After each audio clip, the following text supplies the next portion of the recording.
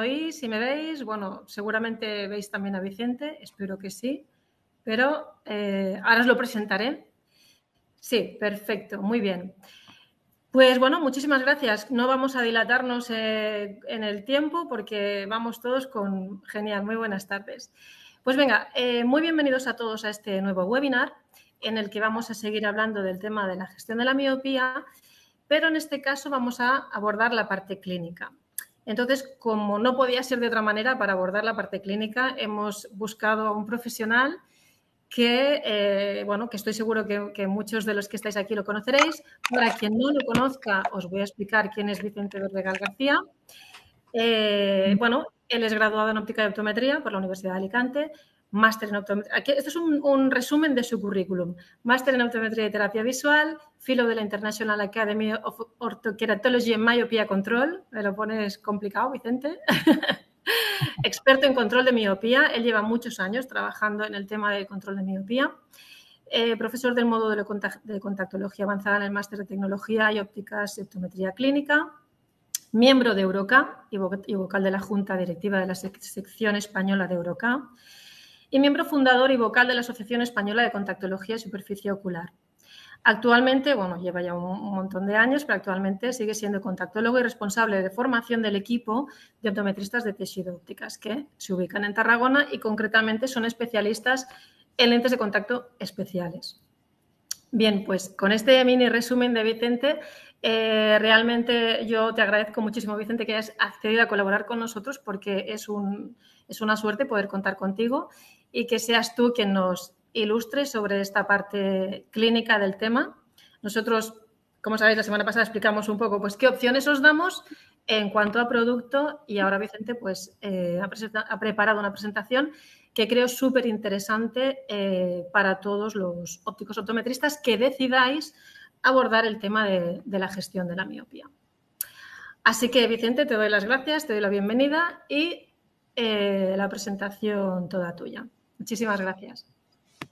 Bueno, pues muy buenas tardes. Muchas gracias, Cortés. Muchas gracias a Pras por contar conmigo para esto, para hablar sobre un tema que me encanta y que la verdad que llevo, como tú bien dices, tiempo haciendo, el control de la miopía.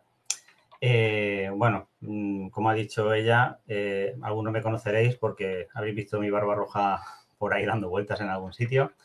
Y hoy vamos a hablar sobre el control de la miopía. Espero que os resulte interesante. Si tenéis cualquier pregunta, la podéis hacer y si Cortés considera que es oportuno, me la traspasa e intentaré contestarla. Y si no, pues al final, ¿vale? Pero como vosotros veáis.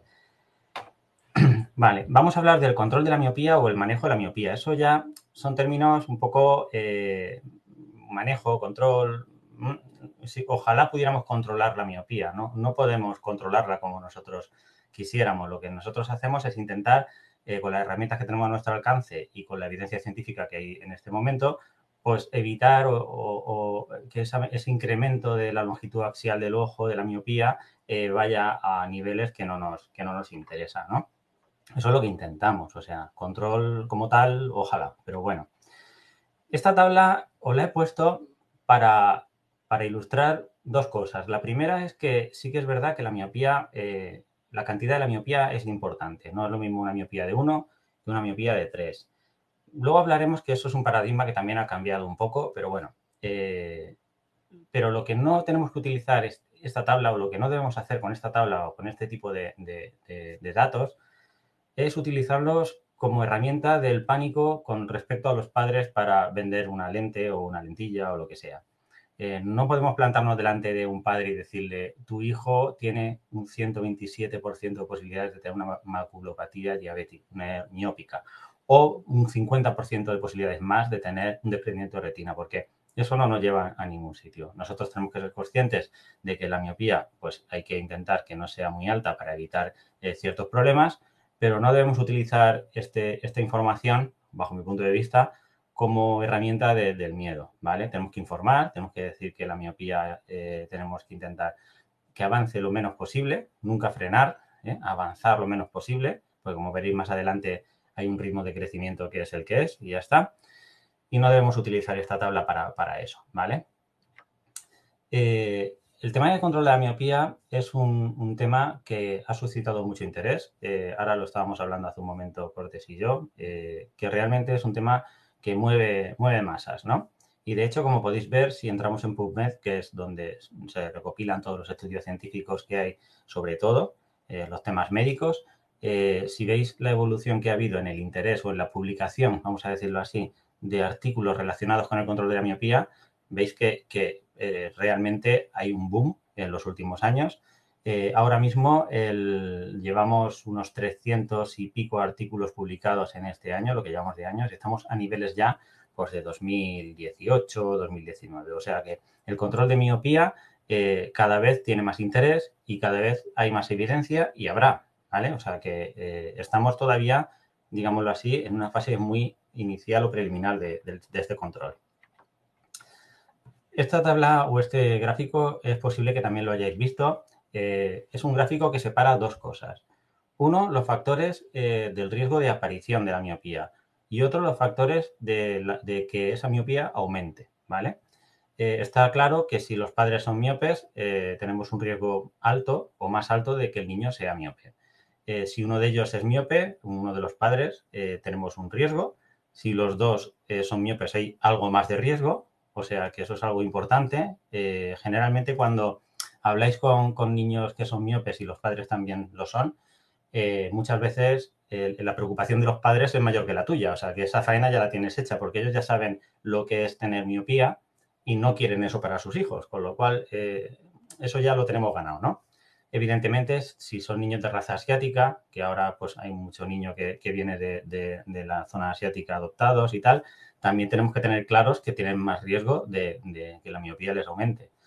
Evidentemente tampoco es lo mismo, o sea, que aparezca, perdón, no es lo mismo tener una miopía de media dioptría a los 9 años que de 6 a los 9 años. Por lo tanto, también el tipo de miopía y esa evolución que haya es realmente importante para ver qué tipo de evolución y qué cantidad de miopía lo vamos a encontrar. Hay dos factores que, si os fijáis, no están en la parte de la derecha del aumento, que es el tiempo en cerca y el tiempo al aire libre. Se sabe que pasar mucho tiempo en distancias cercanas provoca que la miopía pueda aparecer. No se habla de que sea un factor importante en su evolución, aunque ahora también se está empezando a hablar de ello, ¿vale?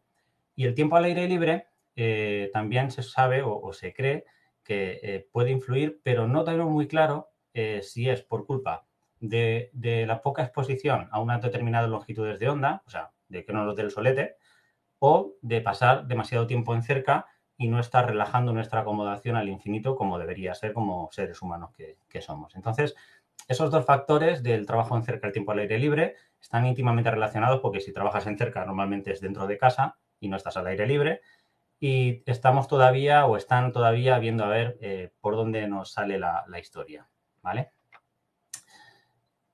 Como os he dicho, en la miopía hay muchas cosas que todavía no sabemos, ¿no? Sí que sabemos, si os fijáis aquí en este círculo, donde pone visual signals, sabemos que el proceso lo desencadena una señal visual, hay un desenfoque hipermetrópico en la periferia de la retina, o sea, tenemos la imagen desenfocada por detrás de la retina en la periferia de nuestra retina, y parece ser que eso desencadena una cascada de factores de crecimiento que provoca un adelgazamiento de la coroides y hace que al final el ojo crezca, ¿vale?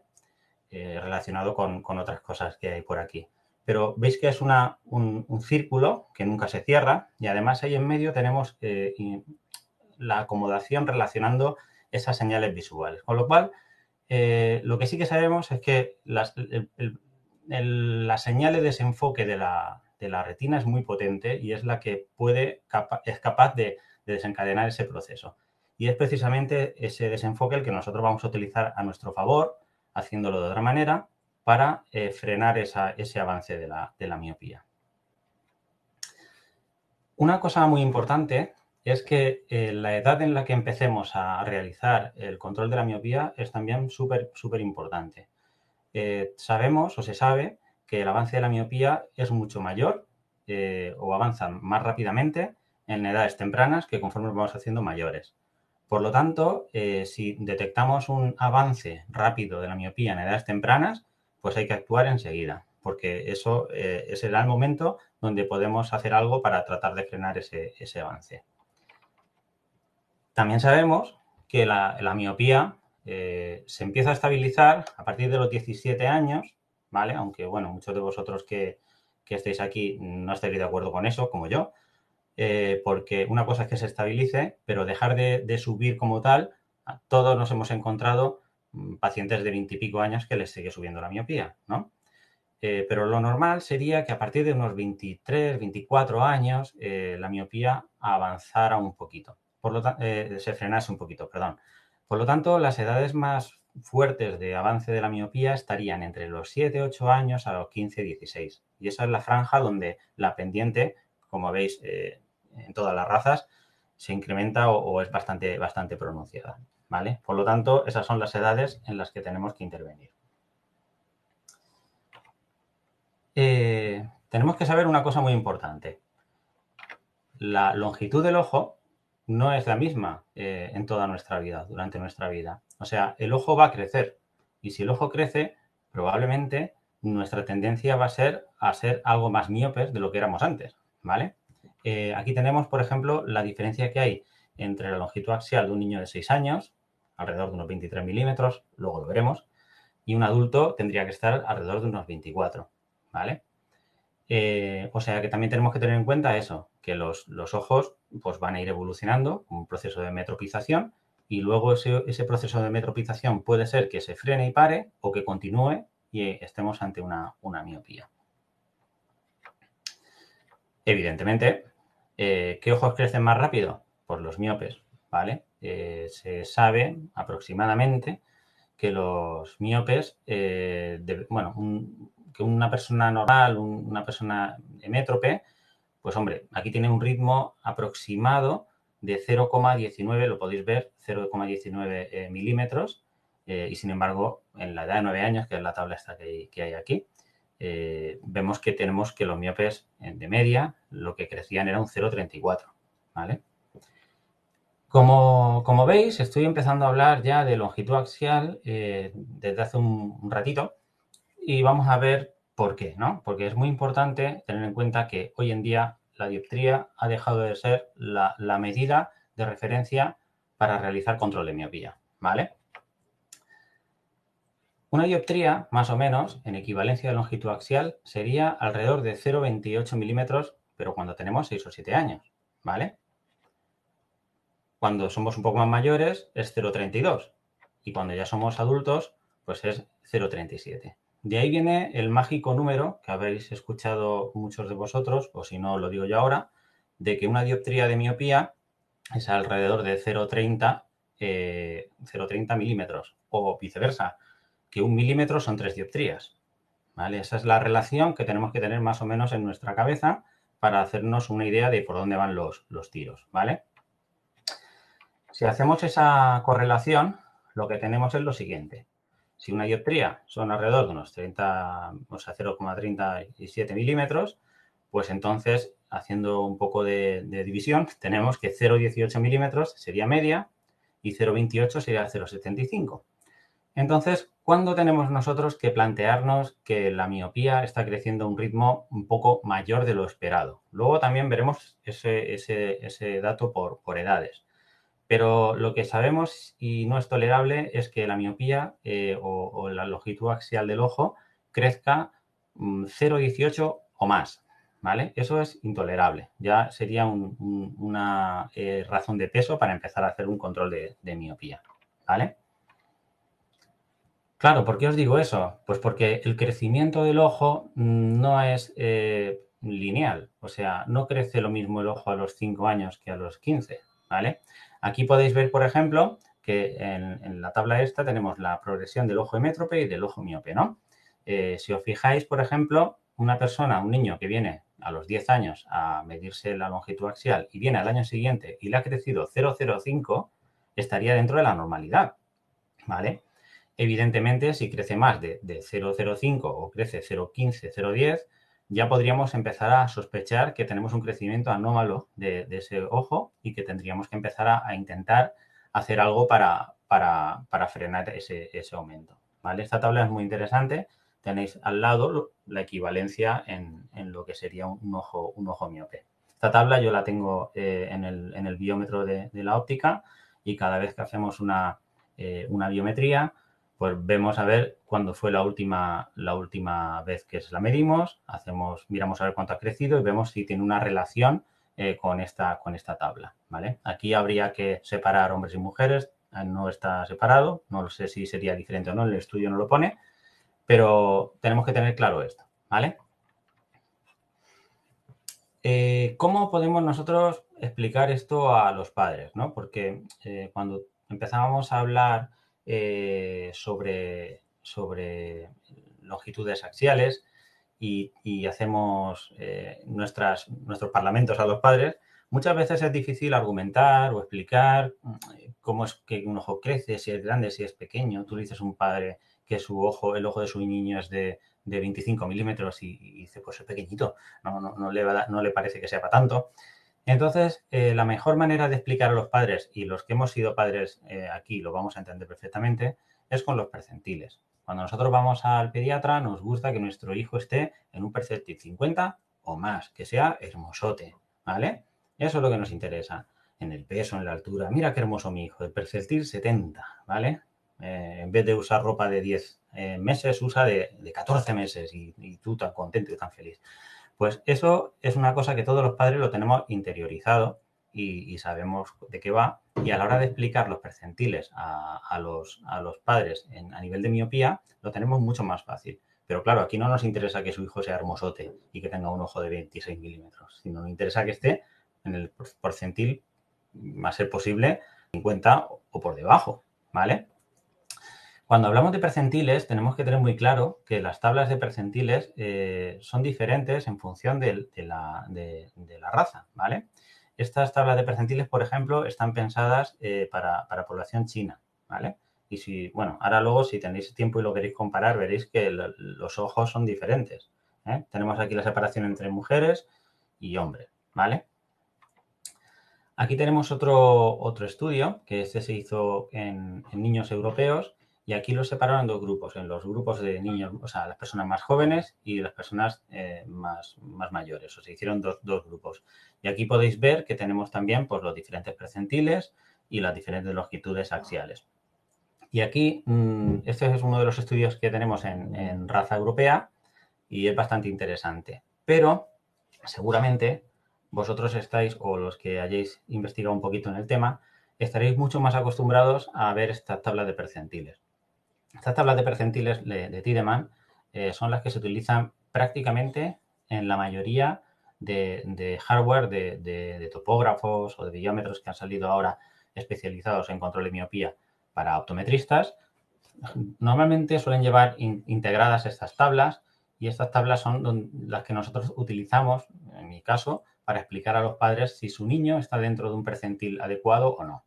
Además, estas tablas tienen una cosa interesante que te dice el riesgo de tener miopía y de alta miopía. Y entonces eso se ve enseguida. O sea, los padres van a entender enseguida que no interesa que su hijo esté por encima del percentil 50, que sería la línea más negra y gordota que hay ahí. Y vamos a tener muy claro cómo explicarlo o por lo menos cuando hagamos las medidas para valorar la tendencia, ¿vale? Es que yo no tengo un biómetro de estos súper chulos. Pues bueno, pues os hacéis un Excel, como me hice yo, ¿vale? Y aquí tenemos un Excel con los datos de la biometría, ¿vale? Esto no es real, ¿eh? No es una biometría real, lo puse aquí para probar. Que incluso me he generado aquí una especie de calculador de riesgo de padecer miopía. Y bueno, pues tenemos ahí las líneas de las medidas de las medidas de la biometría y una línea de tendencia para poder explicar qué pasa si nosotros estamos haciendo control de miopía. Sobre todo, valorando si cuando empezamos con algún tipo de tratamiento, esa tendencia cambia, ¿vale? Esto es una tabla de Excel que si vosotros queréis o la puedo pasar, no hay ningún problema, lo hago con cortes y ya está, sin problema. Y esto lo podéis utilizar como herramienta vuestra básica para vuestro día a día. Aquí tenemos más tablas de percentiles y de longitudes axiales. Y aquí vemos la comparativa, lo que os he comentado antes, entre los europeos y los chinos, que tienen los ojos un poquito más grandecitos, ¿vale? Esto como curiosidad. Veréis que hay un montón de datos. Ya os he comentado que quizá lo que se utiliza como norma es la gráfica de percentiles de Tiedemann en la actualidad, ¿vale? ¿Vamos bien o no? ¿Sí? Bueno, otra cosa importante. Vamos a valorar la evolución de la miopía. Pero, ¿cuándo tenemos que volver a medir para estar seguros de que esa miopía ha evolucionado lo suficiente como para tener criterio para recomendar un tratamiento de control de miopía? Pues se sabe, y eso está estudiado, hay diferentes estudios que están numerados ahí abajo, que el aumento de la longitud axial no ocurre de forma lineal durante todo el año, sino que hay épocas del año en las que el ojo crece más rápidamente y épocas en las que crece más lentamente, ¿vale? Curiosamente, en el verano es la época del año en la que el ojo crece más lentamente y en el invierno el ojo crece más rápidamente. No se sabe si está relacionada con la luz, suponemos que sí, o puede suponerse que sí, pero no se sabe todavía. Y bueno, pues eso nos lleva también a pensar cuando viene, por ejemplo, un niño y le ha subido 0,05 la longitud axial y esa medida la hemos hecho en invierno, pues quizá no podemos extrapolar directamente que va a subirle 0,10 en un año, ¿vale? En ese caso, casi que deberíamos esperar 6 meses más y ver si en los 6 meses esos de verano acaba de subir o se queda donde está, ¿vale? O sea que eso tenemos que tener claro, que la longitud axial también tiene estacionalidad. Y no solo durante el año, sino también durante el propio día. O sea, lo que pasa es que, claro, las variaciones durante el día son mínimas, pero sí que es interesante, aunque eso luego en la práctica es bastante complicado, realizar las medidas de longitud axial a ser posible en la misma hora o muy cercana, ¿vale? Para si es por la tarde, pues hacerles la medida por la tarde al niño. Y luego si es por la mañana, pues siempre por la mañana. Y además aquí hay una cosa curiosa en este gráfico, que ahora veremos más adelante, es lo que se ve aquí con línea verde, es el grosor de la coroides. Y si os fijáis en la línea azulita, que es la línea del control de la longitud axial, veis que está en contrafase completamente. O sea, que cuando la longitud axial es más corta, es porque la coroides se ha hecho más gruesa también. O sea que quizás la variación de esa longitud axial tiene que ver también con el engrosamiento o adelgazamiento de la coroides. Ya os digo que esto es una cosa poco significativa en el día, pero como cosa curiosa. Y si os fijáis, también tenemos aquí otra línea rojita, que es la presión intraocular, ¿vale? Que también tiene un ritmo circadiano como vosotros sabéis. Pero bueno, esto es como cosa curiosa, que sepáis que la longitud axial no es un valor fijo y que tiene variabilidad. Ahora vamos a ver por qué es interesante medir la longitud axial y no quedarnos solamente con la cantidad de dioptrías que tenemos en una gafa, por ejemplo. Esto es un calculador de longitud axial que tengo yo puesto en mi página web, por si alguien lo quiere usar. Está basado en el estudio que pone ahí abajo, una calculadora de Philip Morgan. Y básicamente yo lo utilizo, o me gusta utilizarlo, para enseñar que una dioptría y 6 pueden ser igual de peligrosas, ¿vale? Si os fijáis aquí a la izquierda, en lo que está marcado como ojo derecho, tenemos un ojo con una queratometría de 8,10, una esfera de menos 1,25, y cuando tú te pones a mirar qué longitud axial estimada tiene este ojo según este estudio, estamos hablando de que sería 24,46, ¿vale? Vamos al otro lado, ojo izquierdo.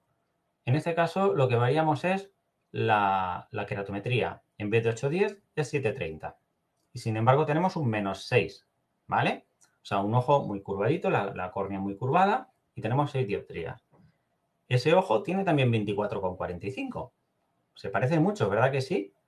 Entonces, si nosotros nos fijamos solamente en la refracción a la hora de tener en cuenta si esa miopía es peligrosa o no, estamos dejándonos parte de la información necesaria. Ya os digo que esto es un calculador teórico, no se puede utilizar para hacer control de miopía, no es sustitutivo de un biómetro, que quede claro, pero sí que sirve para hacernos un poco una idea de qué puede estar pasando, aunque luego a veces cuando mides no tienen correlación, pero por lo menos para que teóricamente tengamos una idea. Claro, un ojo de una dioptría con una curvatura de queratometría muy plana es un ojo que va a ser muy largo, ¿vale? Y sin embargo, otro ojo que tiene una queratometría más cortita y mucha miopía, pues va a ser un ojo a lo mejor no tan largo, o sí, ¿vale? O sea que no podemos quedarnos en el valor de la miopía. Y eso está ya más que estudiado, incluso tenemos este artículo de 2004 en el que nos habla de una cosa que se llama la relación de longitud axial con la curvatura, con el radio de curvatura corneal, ¿vale? ¿Eso qué quiere decir? Que si nosotros cogemos y hacemos una división entre la longitud axial y los radios de curvatura de la córnea, nos va a salir un factor que, según este estudio, estamos hablando que sería 2,98 para hemétropes, 2,89 para hipermétropes, o sea, por debajo de 3, y sin embargo, todos los miopes, en teoría, van a estar por encima de 3. Los miopes bajos por 3,10, pero un miope alto 3,23, ¿vale? Si volvemos a lo de antes y os fijáis que estamos dividiendo 24 milímetros, por ejemplo, entre 8, estamos en 3. Sin embargo, 24 milímetros entre 7,5 estamos en 3 y pico. O sea, que esa correlación entre la longitud axial y el radio de curvatura de la córnea nos puede ayudar a entender si estamos ante un ojo peligroso o no. ¿Vale? O sea, es como hacer el camino al revés. Antes os he explicado cómo calcular de forma teórica la longitud axial a partir de la queratometría y la graduación, y luego vamos a ver exactamente el camino inverso. Si tengo la longitud axial y tengo la queratometría, voy a ver si esa proporción entre ambas es correcta o no, ¿vale? Yo creo que todo lo que os he explicado hasta ahora es motivo más que suficiente para que entendamos que la longitud axial es el valor objetivo más importante y sensible que tenemos en nuestra mano para poder medir un avance de la miopía, mucho más que una refracción. Luego hablaremos otra vez un poquito más adelante de refracción, pero de momento ahí lo tenemos, ¿vale? ¿Vamos bien? ¿Sí? Venga, sigo. Vamos a hablar del tema de la premiopía. La premiopía es un tema interesante y un poco controvertido, ¿vale? Nosotros, en los niños, tenemos un valor esperado de refracción que debería ser el normal. Un niño de 6 años debería tener 0,75 de hipermetropía o más bajo, ¿vale? O sea, o más alto, perdón. Si es más bajo, si es 0,50, si es 0,25, si es 0... Mira, mi niño tiene 0 dioptrías y tiene 6 años. Pues yo me preocuparía, porque a estas edades tenemos que tener 0,75 o más. O sea, tenemos que ser hipermétropes. Esa hipermetropía, como es lógico, por el proceso de metropización, el ojo va creciendo y va disminuyendo a lo largo de la edad. Pero si nosotros tenemos un niño que tiene una hipermetropía por debajo de lo que debería ser normal para su edad, a ese estado le llamamos premiopía. Y ese es un estado en el que hay todavía controversia de si se debe realizar control de miopía de algún modo o no, ¿vale? Evidentemente, si hay una evolución, se podría intentar hacer control de miopía. Si no hay evolución, pues quizás no. Ya lo veríamos más adelante también. O eso yo creo que da para preguntas, ¿vale? Pero esta tablita la tenéis que tener en vuestra cabeza, ¿vale? Esta diapositiva es muy antigua, ¿vale? Pero me encanta. Es una de mis favoritas. Aquí, fíjate, estamos hablando de 2016, ¿no? Aquí se hizo un metaanálisis o un estudio para saber qué efectividad tenía cada método, ¿no? Y la verdad es que todos los que hay ahí a la derecha me dan exactamente igual. El que más me interesa sobre todo son las dos barritas azules que tenemos a la izquierda. La hipocorrección no funciona para controlar la miopía. Y eso tiene que quedar, o sea, claro no, lo siguiente, porque todavía se escuchan profesionales que dicen, no, te voy a poner menos miopía para que el ojo no se esfuerce y así. No, o sea, a un niño hay que corregirlo con la miopía que necesita para que vea un 100% de forma cómoda. Punto pelota. Luego podemos entrar a debatir si existe alguna anomalía binocular, si necesitamos a lo mejor que utilice una lente para cerca con una refracción diferente, que tenga menos miopía. Eso ya pues, se puede discutir. Pero lo que es indiscutible es que un niño de lejos tiene que ver bien. Porque de hecho no es que la hipocorrección ayude a que la miopía no crezca, sino que veis que la barra va en sentido contrario. O sea, ayuda a que evolucione más rápidamente. Ojo, y eso lo tenemos que tener súper claro. Este gráfico también es muy antiguo, pero me encanta, ¿vale? Hay unos más molones por ahí por internet, pero este es el clásico de toda la vida, ¿vale? Aquí se explica, y no voy a entrar a explicarlo en detalle porque creo que eso ya se explicó en el primer webinar, pero básicamente lo que hace que el ojo crezca o no crezca, como ya he dicho yo también antes, es el desenfoque periférico que se provoca en la retina. Cuando nosotros tenemos a un miope corregido de forma tradicional, estamos provocando un desenfoque hipermetrópico, o sea, por detrás de la retina, que lo que hace es provocar o fomentar que el ojo crezca para ir a buscar esa imagen y desenfoquemos otra vez la zona foveal, ¿vale? Con todos los tratamientos que tenemos en la actualidad, ópticos, para el control de la miopía, todos, absolutamente todos, se basan en ese desenfoque. O sea, todos, desde una lente de contacto blanda, la ortoca, las lentes oftálmicas, o sea, todos, ¿vale? Y vemos que funciona. Ya os he dicho que cuando realizamos ese desenfoque, estamos actuando, parece ser, en el grosor de la coroides, ¿vale? El grosor coroideo se engrosa cuando ponemos un tratamiento de control de miopía, ¿vale? Eso es importante saberlo porque incluso últimamente en algún estudio han aparecido regresiones, o sea, ojos que han disminuido, han menguado su tamaño, ¿vale? ¿Eso significa que el ojo ha encogido por arte de magia? No. Seguramente el grosor de la coroides se ha engrosado y ha empujado la retina hacia dentro del ojo, hacia la zona interna, y ha provocado que cuando medimos con el biómetro salga una medida más pequeña que la que habíamos medido. Y eso es real, o sea, no es un error de medida, ¿vale? Y de hecho puede ocurrir sobre todo en los primeros días de tratamiento o a veces incluso más para adelante, ¿vale? Hablando de sistemas para control de la miopía, pues como os he dicho, tenemos por ejemplo la ortoqueratología, ¿vale? Es un sistema magnífico, a mí me gusta mucho, es muy práctico porque a los niños duermen con la lentilla, te aseguras que cumplen porque si no, no ven y la verdad es que funciona muy bien. Y como os he comentado antes, la ortoca se basa en el desenfoque periférico.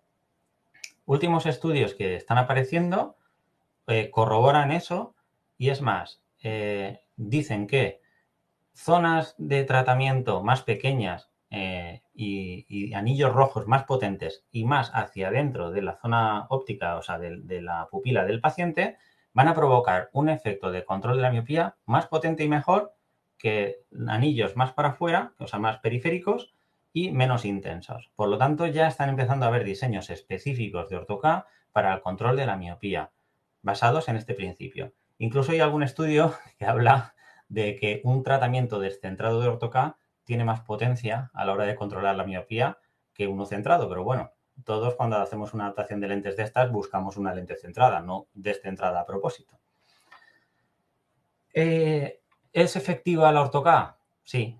Aquí tenéis un listado de estudios y efectividad, ¿vale?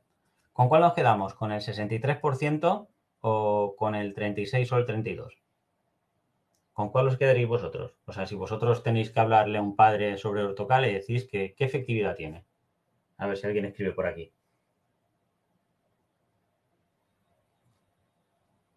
¿Aquí alguien escribiendo? Sí, alguien está escribiendo, pone. Muy bien.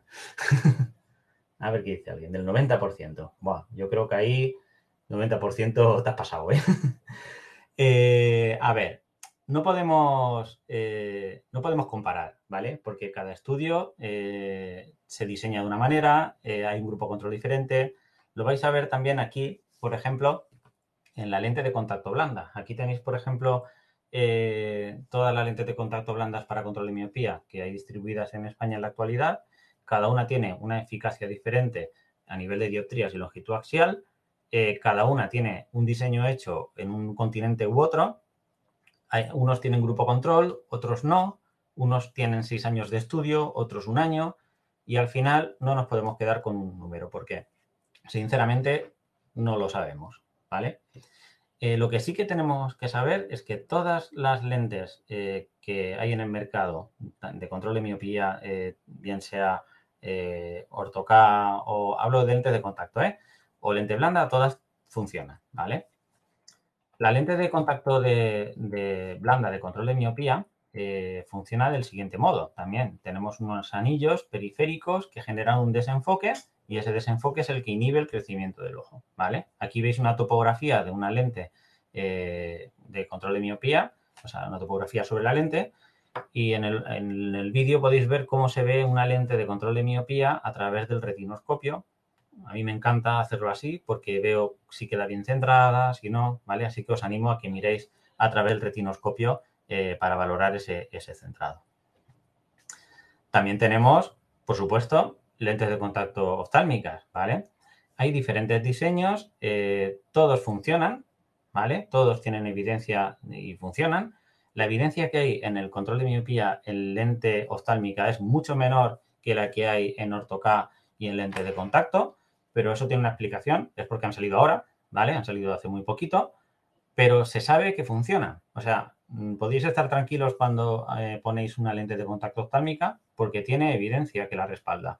Aquí tenéis, por ejemplo, un extracto del último DIGES del IMI, el Instituto Internacional de la Miopía, en el que hay unas guías que os animo a que descarguéis y a que veáis. Luego lo comentaré también un poco más hacia adelante. Y en ese DIGES que han publicado ahora hace muy poquito, ahora cosa de 1 mes, 2 meses, repasan todo lo que hay en este momento sobre el control de la miopía y lo actualizan un poquito y en este extracto de las lentes de contacto, de las lentes oftálmicas para control de miopía, pues podéis ver que todas funcionan, ¿vale? Hay diferentes diseños, diferentes filosofías, pero no tenéis que olvidar que lo que hace que la lente funcione es el desenfoque periférico y todas lo hacen, ¿vale? Otra cosa nueva que tenemos aquí es la luz roja, perdón. Han empezado ya a salir dispositivos de luz roja pulsada. Y bueno, hay estudios en los que dicen que funciona, ¿vale? Y de hecho ya se está empezando a comercializar algunos aparatos. Y también hay estudios, por ejemplo, salió un estudio del otro día en el que alertaban de un problema que había tenido una paciente por utilizar ese tipo de tratamiento. Está en una fase muy inicial, aquí no tenemos tampoco mucha evidencia y ya veremos el futuro que nos depara. Yo no creo, por ejemplo, eso del daño retiniano que luego se recuperó. Bueno, pues están investigando a ver qué ha pasado ahí en ese caso porque no está la cosa muy clara. Pero bueno, que sepáis que vendrán cosas nuevas y diferentes. También tenemos la atropina. La atropina, aunque nosotros seamos optometristas y no podamos prescribirla, porque no es nuestra faena, no es nuestra competencia, sí que tenemos que saber de su existencia, tenemos que recomendarla o ofrecerla como un tratamiento más de tratamiento una opción más de tratamiento cuando creamos que es la mejor opción para nuestro paciente y para eso pues tenemos que tener una complicidad, una relación profesional buena con los oftalmólogos de nuestra zona para que al final el paciente sea el que se beneficie, ¿vale? Cuando se vio por primera vez que la atropina era una sustancia que podía ayudar al control de la miopía, fue en el estudio ATOM y se dieron cuenta de que precisamente una concentración que había sido utilizada casi como placebo era la más efectiva, ¿vale? Posteriormente, otros estudios como el LAMP retomaron el hilo que dejó el ATOM y probaron con concentraciones mucho más bajas que las que había probado el estudio ATOM, incluyendo la del 0,01 que se tomó como origen y como referencia. Aquí se vio que realmente parece que la concentración que mejor control tenía era la de 0,05. De hecho, en la fase 2 del segundo año vieron que sí, claro, cogieron a las personas que tenían en el grupo placebo y les dieron la mejor dosis. Incluso llegaron a pillar a los de atropina del 0,01 en un año. Y luego, pues, se vio que el efecto rebote que podía haber, pues, tampoco era un efecto rebote tan acusado. Y en el caso de que fuera acusado, el que menos efecto rebote tenía seguía siendo, o sea, aunque tuviera un efecto rebote superior al resto, a 36 meses, la atropina 0,05 es la que había mantenido el mejor control de la miopía. Por lo tanto, es lo que se utiliza hoy en día como norma, ¿vale? O como, aunque en muchos centros veréis que usan todavía 0,01, incluso algunos 0,02, pero la norma, según los estudios, ahora mismo sería 0,05. Eso es algo que no nos compete a nosotros, es el oftalmólogo que tiene que decidir qué dosis poner, pero nosotros tenemos que saber que eso existe, ¿vale? Las otras concentraciones que hemos hablado antes o que se estudiaron en el ATOM y tal, no se implementaron, aunque a pesar de que eran más potentes a la hora de controlar la miopía, por los efectos secundarios que tenían. O sea, producían una midriasis muy grande y una reducción de la amplitud de acomodación que era ya significativa. Por lo tanto, una dosis de 0,05 ya estamos un poco en el límite de lo que sería aceptable. Y claro, existen tratamientos combinados. O sea, podemos en un momento dado valorar la posibilidad de, si vemos que uno de los tratamientos que estamos utilizando no es capaz de frenar la miopía como nosotros queremos, pues existe la posibilidad de hacer tratamientos combinados. Que eso ya digo yo, tiene que ser de la mano de un oftalmólogo y siguiendo siempre de cerca al paciente para ver qué es lo que mejor necesita. De hecho, bueno, se ve también eficacias diferentes en diferentes tratamientos combinados de Ortoca, por ejemplo, y atropina. Se ve también algún caso de tratamiento combinado de lente oftálmica, pero no era lente como las que hay ahora de control de miopía, sino que estamos hablando de multifocales. Y lo que sí que se ha visto también en algunos casos es que no funciona. O sea, hay estudios publicados en los que te dicen que los tratamientos combinados de lente de contacto blanda multifocal y de atropina, pues no funcionan. Bueno, y esta es la pregunta, ahora viene la pregunta. ¿Y ahora qué? ¿Vale? Bueno, pues ahora tenemos que decidir, ¿no? Aquí tenemos diferentes guías de manejo del paciente. Por ejemplo, yo recomiendo, como os he dicho antes, que entréis al IMI y miréis sus white papers y entonces allí pues podéis ver pues, las guías, ver qué podemos hacer, las bases del control de la miopía, todo eso está allí en el IMI, además muchas de ellas traducidas al castellano, o sea que recomiendo que vayáis ahí, ¿vale? Bueno, una de las cosas que yo creo que puede ser bastante interesante es el árbol de decisión, vamos a decirlo así, que podemos tener con y para nuestros pacientes, ¿vale? Aquí, por ejemplo, este es está extraído de la web Myopia Profile, lo ha hecho Kate Gifford, que es una de las personas que yo creo que más sabe de esto. Y bueno, nos pregunta, la primera pregunta, ¿es el niño un posible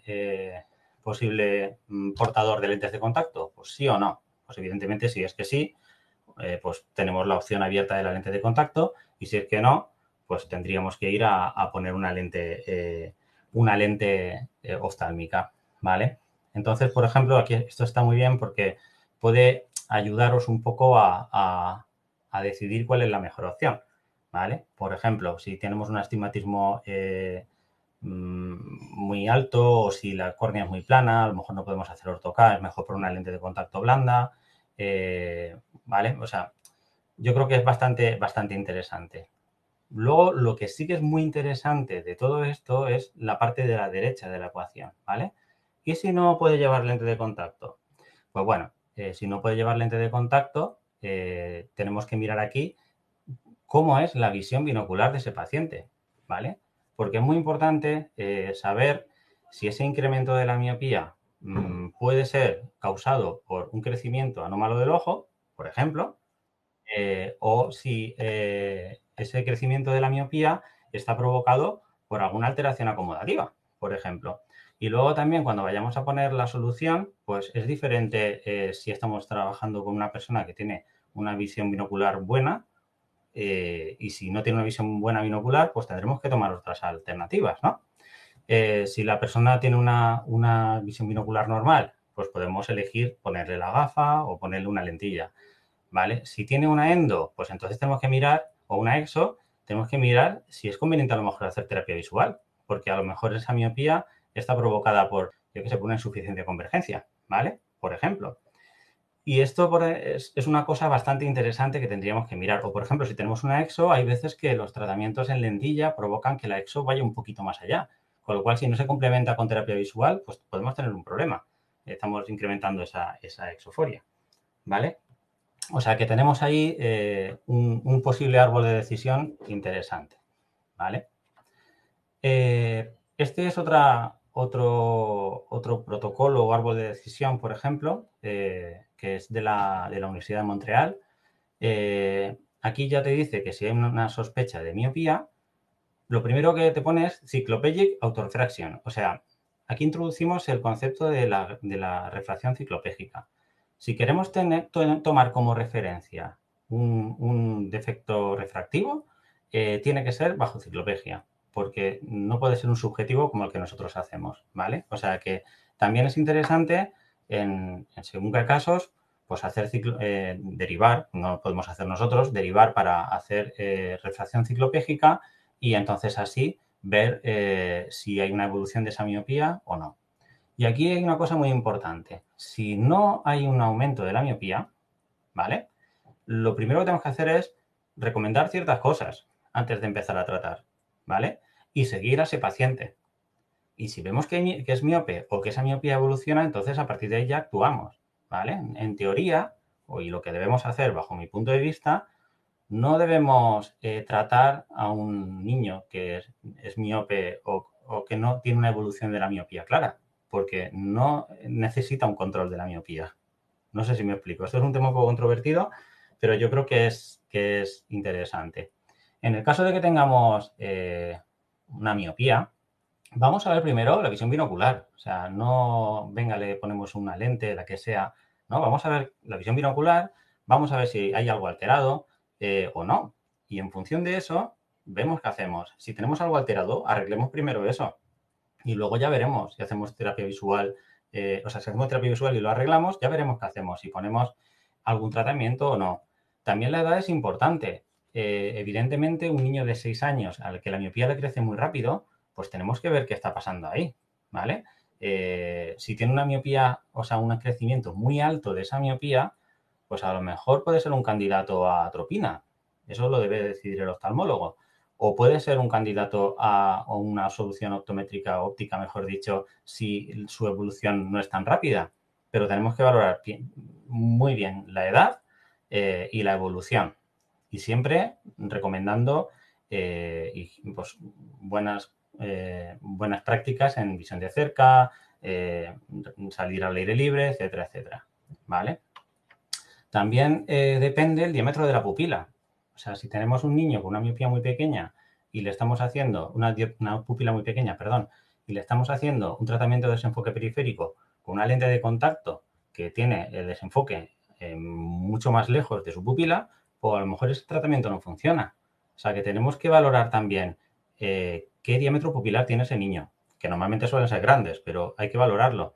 Y tenemos que valorar también cuál es la mejor opción en función de su miopía y su astigmatismo, ¿vale? Ahí tenéis, ya te digo, otro árbol de decisión en el que os puede ayudar a tener una cierta idea de lo que hay que hacer, ¿vale? Por lo tanto, yo creo que es básico y que en principio es importante el contar con un biómetro, porque si no, estamos a ciegas, ¿vale? O sea, no es un... no tenemos datos suficientes para tomar una decisión si no sabemos lo que está pasando. Igual que hace unos años no era recomendable hacer ortoqueratología, bueno, hace unos años, ni ahora, hacer ortoqueratología sin topógrafo corneal, no podemos hablar de control de miopía si no tenemos un biómetro, porque no estamos midiendo realmente qué pasa con ese ojo, ¿vale? Y como final, yo, mi consejo o mi opinión, en función de mi experiencia, es que, por ejemplo, a un paciente premiope o un paciente miope que no tenga una evolución alta o que tenga una evolución dentro de la norma, dentro de su crecimiento ocular, pues hay que ir vigilándolo. La atropina la reservaría para niños más pequeños que empiezan o debutan con un crecimiento anómalo del ojo y que va muy rápido. A lo mejor sería una opción utilizar atropina o hacer tratamientos combinados, ¿vale? Eso ya también lo dejo en manos de la colaboración del oftalmólogo con el optometrista. La ortoqueratología es una opción que a mí me gusta mucho, pero necesitas una cierta madurez del niño. Tampoco yo soy muy partidario de hacer ortoqueratología en miopías muy altas. Para eso tenemos, por ejemplo, la opción de una lente de contacto blanda, desenfoque periférico. Y si no, pues la lente oftálmica también es una opción muy interesante como primera opción, por ejemplo, en niños que no son candidatos a lentes de contacto o niños a lo mejor que están tratados con atropina. O incluso también, por ejemplo, niños que utilizan lente de contacto durante unas horas del día de desenfoque periférico y que luego necesitan una corrección en gafa para el resto de sus horas del día para poder ver bien. En conclusión, yo creo que al final, hagamos lo que hagamos, debemos pensar siempre en el paciente y en adaptarle lo que realmente necesita. Si nosotros creemos que ese niño no necesita un tratamiento de control de miopía, no tenemos que ponerlo. Eso es la base. O sea, tenemos que intentar siempre hacer lo mejor para el paciente. Ahora, si creemos que haciendo algo vamos a mejorar ese tratamiento, o esa evolución, mi consejo es hacer el tratamiento, ¿vale? Pero siempre pensando en el paciente y en hacer las cosas bien. Y nada, pues eso es todo. No sé qué os ha parecido, si tenéis alguna pregunta. Pues Vicente, muchísimas gracias. Súper interesante. Has dado mucha información, muchas herramientas, desde un punto de vista muy honesto, además, me parece a mí. Y han ido habiendo algunas preguntas, se han ido escribiendo algunas preguntas, por ejemplo, de Sandra, que nos dice, hay datos de incremento de miopía en europeos y en asiáticos. ¿Qué porcentajes hay en latinoamericanos? ¿Los lentes están diseñados para qué población? Pregunta. Pues si quieres que te diga la verdad, no sé si hay ahora mismo algún estudio en Latinoamérica. Sinceramente no lo sé. No sabría decirte, lo tendría que mirar. Yo creo que no, pero bueno. Bueno, a ver, otra pregunta que nos hacía, espérate un segundito. Así, aquí Natalia, esto ya lo habíamos oído en alguna ocasión. He oído que la luz azul puede ser beneficiosa para el control de la miopía. ¿Sabéis algo respecto a este tema? ¿Qué aconsejas? Bueno, sí, eso es lo que comentaba antes. Hay también estudios que están relacionando dentro del ritmo circadiano la dopamina con la melatonina y parece ser que la luz azul es la que ayuda o provoca esa producción de dopamina y quizás es la que puede ayudar a que la miopía crezca menos. De todas maneras, en este tipo de cosas del tratamiento de control de la miopía estamos en el inicio y hay muchas cosas que todavía no sabemos, o sea, pero muchísimas. Y hay cosas que sí que sabemos, ¿no? O sea, hay evidencia suficiente, creo yo, para asegurar que el control de la miopía funciona. Lo que pasa es que el control de la miopía funciona si lo aplicamos bien. Esto es como todo en la vida.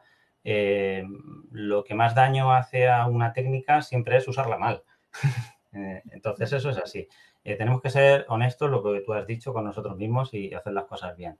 Lo de la luz azul va relacionado también con la actividad en el exterior, ¿no? El mayor productor de luz azul del mundo es el Sol, creo yo. Bueno, del sistema solar es el Sol. No sabemos todavía qué longitudes de onda son las más idóneas para estimular el ojo y que la miopía no crezca. En ello están, hay estudios ahora mismo en marcha, pues eso, con luz roja, con luz azul, están en marcha y no hay todavía datos suficientes. Vale, bueno, lo que ya también nos han pedido, esta tabla de Excel que tú has mostrado antes, pues que a ver si la podemos suministrar, esto ya lo comentaremos. Después nos pide, Sandra, si puedes volver a mostrar la tabla del tamaño de pupila. Sí. Y mientras la buscas, Rosa nos dice, has comentado que un exo con una lente de contacto de desenfoque periférico hace que esa exo aumente. ¿No ocurre lo mismo con la lente oftálmica de control de miopía?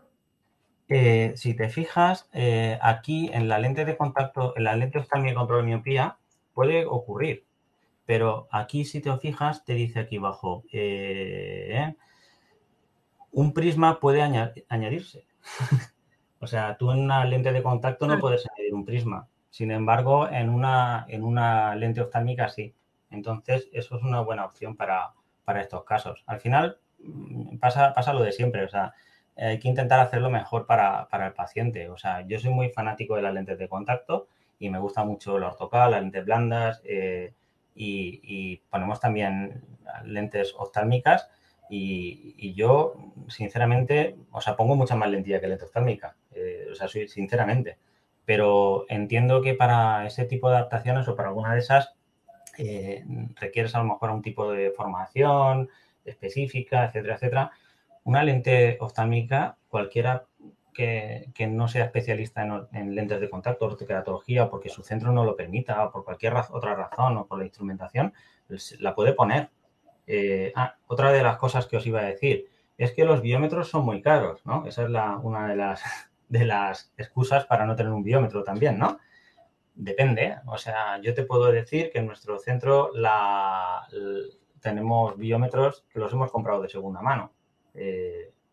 Un UL Master versión 3, que son antiguos, y funcionan perfectamente para medir la distancia de longitud axial y no son caros. O sea, se trata de buscar la mejor manera. Aquí tienes la tabla esa. Creo que es esa la que buscabas. ¿Puede ser? El diámetro pupilar, comentaban. El tamaño de la pupila, sí, sí. Pues yo creo que era esa. Igualmente, os pasaré la presentación en PDF y Cortés que os las haga llegar, si quiere. Sí. Yo a todos los que están asistiendo en estos momentos al webinar, pues yo les suministro lo que tú me hagas llegar, claro que sí. Vale, creo que hay alguien que está escribiendo ahora mismo. Bueno, esperamos a ver qué nos pregunta. En principio sería la última pregunta, porque yo me imagino que ya todos tenéis que estar casi levantándoos de la silla para poder ir a vuestras. Me dice, a ver, bueno, enhorabuena, nos dice Vasco, y después, buenas tardes, tengo un paciente de 13 años con tratamiento de atropina y lentillas esféricas, entiendo que serán lentes de contacto, ¿no? Lentes esféricos, ¿me aconsejas lentillas periféricas? Está en Madrid. Uy, yo no sé si te lo estoy leyendo bien. No, lo estoy leyendo yo también aquí. Vale. Lo estoy leyendo yo también. Mira, voy a dejar de compartir mi pantalla. Vale. Y así puedo leer las preguntas sin girar la cabeza, porque si no, estoy aquí como... Parece que me esté dando Bueno, yo entiendo aquí que tiene 13 años y que está con atropina y lentes, bueno, lentes de contacto monofocales. La pregunta aquí sería, ¿hay aumento de la longitud axial suficiente como para hacer que esa persona se gaste más dinero, entre comillas, en una lente especial para control de miopía en lentilla? O sea, no sé si me explico. Al final es muy importante la evolución, ¿vale? La evolución de la miopía, si tú tienes, o sea, si esa persona tenía un incremento de miopía así bestia y se le para cuando empieza cuando empieza con la atropina, pues oye, pues ya lo has parado, ¿no? O sea, no vas a una enzima añadir otra cosa más, ¿no? Se puede tratar la alteración binocular en su conjunto, o debemos esperar solucionar su estado binocular. Si te fijas en el cuadro de decisión, mi consejo es siempre intentar mejorar la condición binocular, ¿vale? Eso es mi opinión. Nosotros en el centro donde yo trabajo tenemos un departamento de terapia visual y si hay algún problema binocular y de ese incremento de la miopía está relacionado, puede estar relacionado con una disfunción binocular, pues lo primero es una disfunción binocular y luego ya veremos. Ese es mi consejo, no empezar a tratar ahí como pájaro sin cabeza. Eso es lo que no tiene sentido. ¿Y qué tratamiento aconsejo para el paciente? Pues esa pregunta es buenísima, porque depende, o sea, le podría aconsejar todos y ninguno. Claro, o sea, al final es complicado. Por ejemplo, yo si tuviera un topógrafo a mano y fuera un caso de control de miopía, pues yo le hacía ortoca, porque a mí me encanta, ¿vale? Yo. Pero a lo mejor otra persona al lado no le hace ortoca, ¿vale? O a lo mejor yo no le hago ortoca porque tiene una lágrima de pena. O sea, hay muchos factores que tenemos que tener en cuenta a la hora de elegir un tratamiento. Todos tienen sus ventajas y sus inconvenientes. La ortoqueratología, pues no llevar lentillas durante el día, ni gafas, etcétera, etcétera, pero es un tratamiento muy específico y que tiene que ser la persona indicada. Además de que tiene un riesgo el hecho de poner una lentilla en el ojo a un niño, aunque sea mínimo, pero hay un riesgo. La lente oftálmica, no hay riesgo, o sea, no le va a hacer nada a la lente al niño en el ojo, pero bueno, tiene que llevar la lente puesta todo el día. Pero es que en muchas ocasiones es la mejor opción.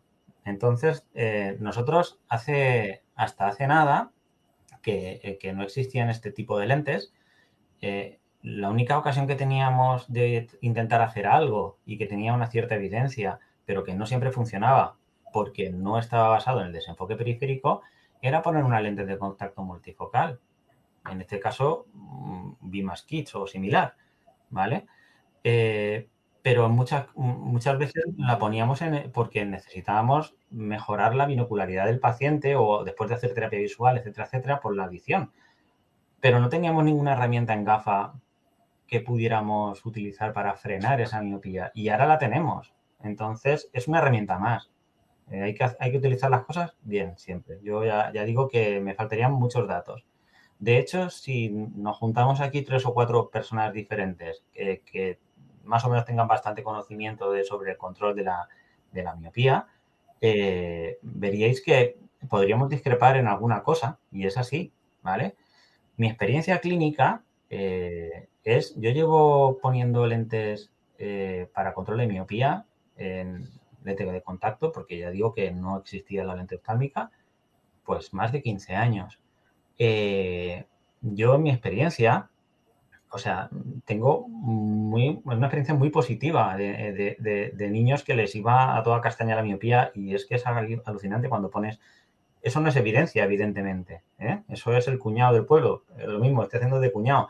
Pero, o sea, yo no puedo asegurar eso, ¿vale? Pero mi experiencia es esa y funciona, ¿vale? Evidentemente, si hacemos las cosas bien.